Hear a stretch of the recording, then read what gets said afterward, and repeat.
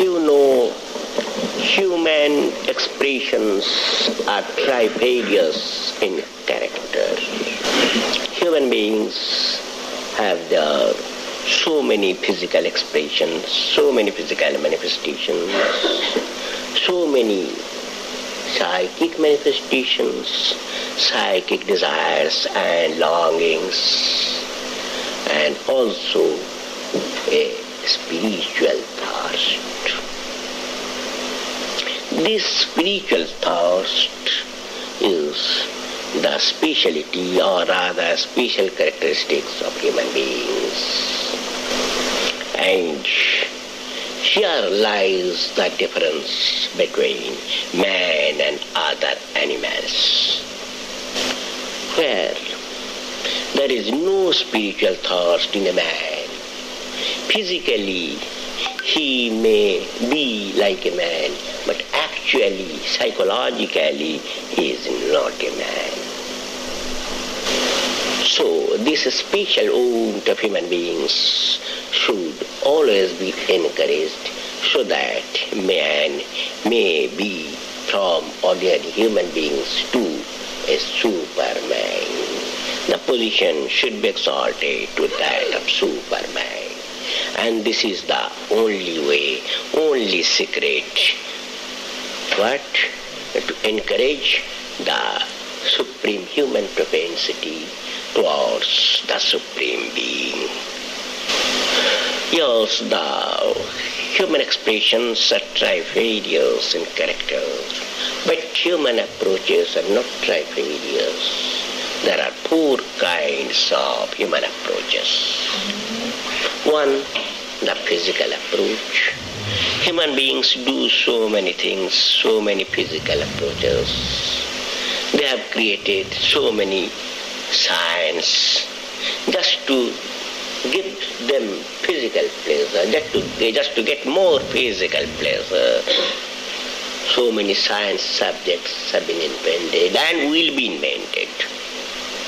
Here, that is, in inventing so many science subjects, man doesn't differentiate himself from animals, because science in some form of other is being followed, is being invented, is being developed by other animals also. Birds know how to prepare their nest in a very scientific style.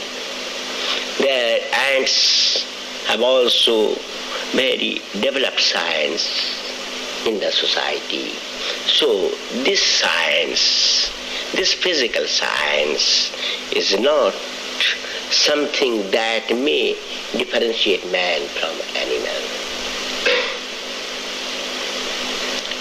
The second human approach is physico-psychic, and or the reverse approach, psychophysical.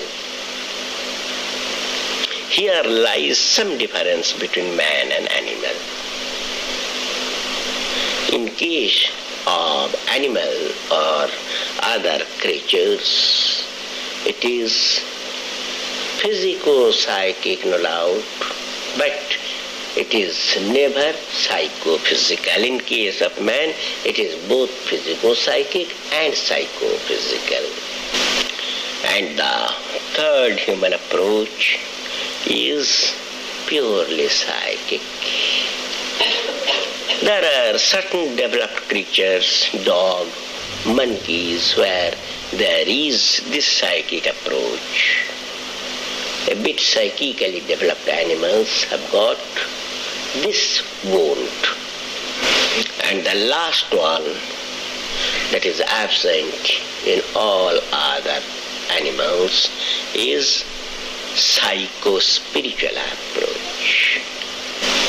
This psycho-spiritual approach is developed or is created or can be found only in a certain stage of developed mind.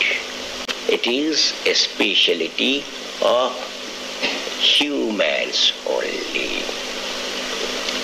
So if we are to establish ourselves in the full glory of humanity, we must encourage this psycho-spiritual approach, that is spiritual sadhana.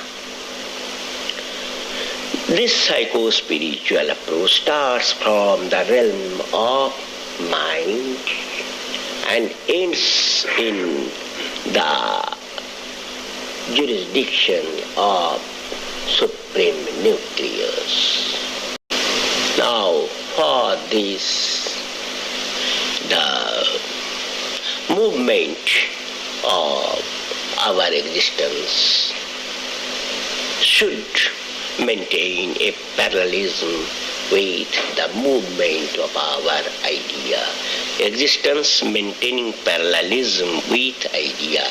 Entitative waves maintaining a parallelism with incantative waves. And that's why I said that ours is a subjective approach through objective adjustments. Those physical expressions, those psychophysical or physico-psychic expressions, and also the pure psychic expressions, they all come within the scope of objective adjustment. And the last one, that is the psycho-spiritual approach, is the subjective approach. Ours must be a happy blending of these two. In case of psycho-spiritual approach or psycho-spiritual movement, we should always remember that human beings are just like electrons moving around the nucleus of an atom. And by dint of our spiritual cult, we will have to reduce the difference between the more electron and its nucleus. The length of the radius is to be lessened by dint of our sadhana. And a day is sure to come when the length of this radius will become zero and the electron will become one with the nucleus. That is, Jiva, the spiritual aspirant, will be one with the Paramapurusha.